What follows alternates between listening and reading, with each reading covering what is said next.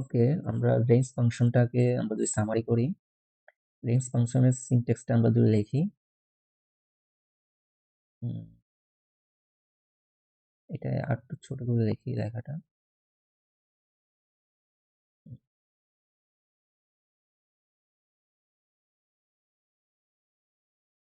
Range function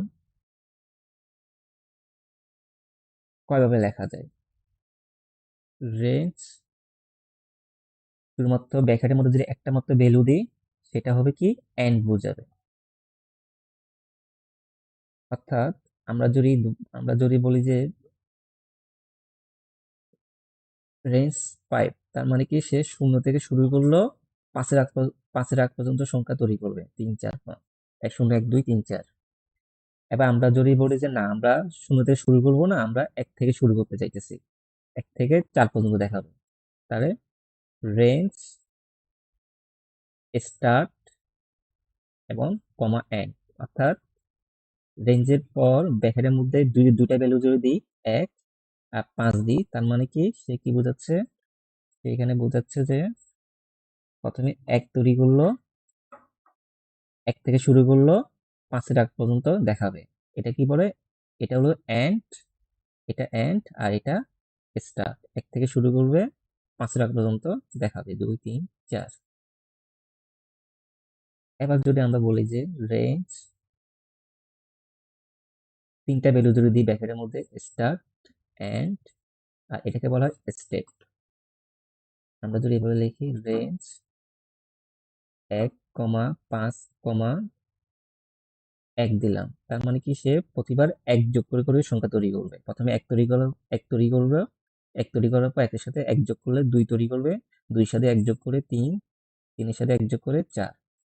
এটাকে বলা হয় স্টেপ। মানে কি প্রতিটা সংখ্যার সাথে কত যোগ করে করে পরের সংখ্যা তৈরি করবে।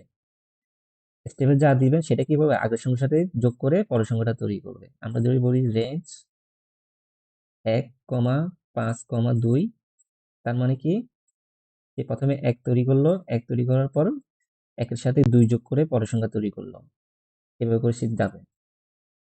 আর স্টেপ বলতে কি বোঝায়? স্টেপ হলো কি, ধরেন একটা সিঁড়ির মধ্যে আমি কি প্রতিবার এই একবার এখানে গেলাম, পরের বার আমি এখানে গেলাম, পরের বার আমি এখানে গেলাম, এভাবে এভাবে করে যাব, নাকি আমি এক ধাপ এক ধাপ করে যাব, নাকি আমি 2 ধাপ করে যাব? মানে প্রথমে এখানে আসলাম, এই দাগটাকে ক্যান্সেল করে আমি পরের এই দাগে গেলাম, এই দাগকে ক্যান্সেল করে আমি এই দাগে গেলাম, এভাবে করে যাব। এটাকে বলে স্টেপ।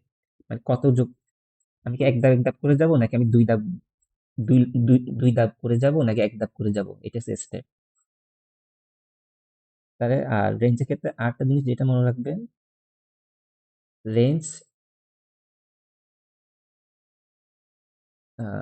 আমরা যদি বলি যে 1 থেকে 4 পর্যন্ত দেখাও, এটা এটা যা কথা, রেঞ্জ 1,5,1 একই কথা, এই দুইটা কোড কি একই। আর যে বিষয়টা, আরেকটা বিষয় যেটা মনে রাখবেন, রেঞ্জের পর যদি একটা মতো সংখ্যা দেওয়া থাকে, সেটা কি করবে? 0 থেকে তৈরি করবে, 0 থেকে 1 2 3 4। আর যদি আমরা 1 থেকে তৈরি করতে চাই, তাহলে দুইটা 1 থেকে 5 দিলে 1 2 3 4। আর আমরা যদি চাই যে শুধু প্রতি সংখ্যার সাথে 2 যোগ করে করে সংখ্যা তৈরি করে দেখাও, তাহলে 1,5,2 দিব। তাহলে প্রথমে 1 তৈরি করলো, 1-এর সাথে কত পাবো? 2, 1-এর সাথে 2 যোগ করে 3 তৈরি করলো, এভাবে করে যাবে। একইভাবে আমরা যদি বলি যে আমরা 2 থেকে শুরু করো, 10 পর্যন্ত দেখাও এবং প্রতিবার 2 যোগ করে করে করো। তাই প্রথমে 2 তৈরি করলো, 2-এর সাথে কত যোগ করবে? 2 করবে, 2 যোগ করবে 4, 4-এর সাথে 2 যোগ করে 6, 6-এর সাথে 2 যোগ করে 8, 8-এর সাথে 2 যোগ করে 10। কিন্তু আমরা কিছু 10-এর আগ পর্যন্ত, তার 10 টা দেখাবে না, একটু পর্যন্ত দেখাবে। এটা হলো রেঞ্জ ফাংশনের কাজ, এটুকুই। তাহলে রেঞ্জের ক্ষেত্রে যে জিনিসটা মনে রাখতে হবে মাস্ট, এই 3টা কন্ডিশন মাস্ট মনে রাখতে হবে। প্রথম 3টা ভ্যালু থাকলে স্টার্ট, প্রথমটা হবে স্টার্ট, পরেরটা হবে এন্ড, পরেরটা হবে স্টেপ।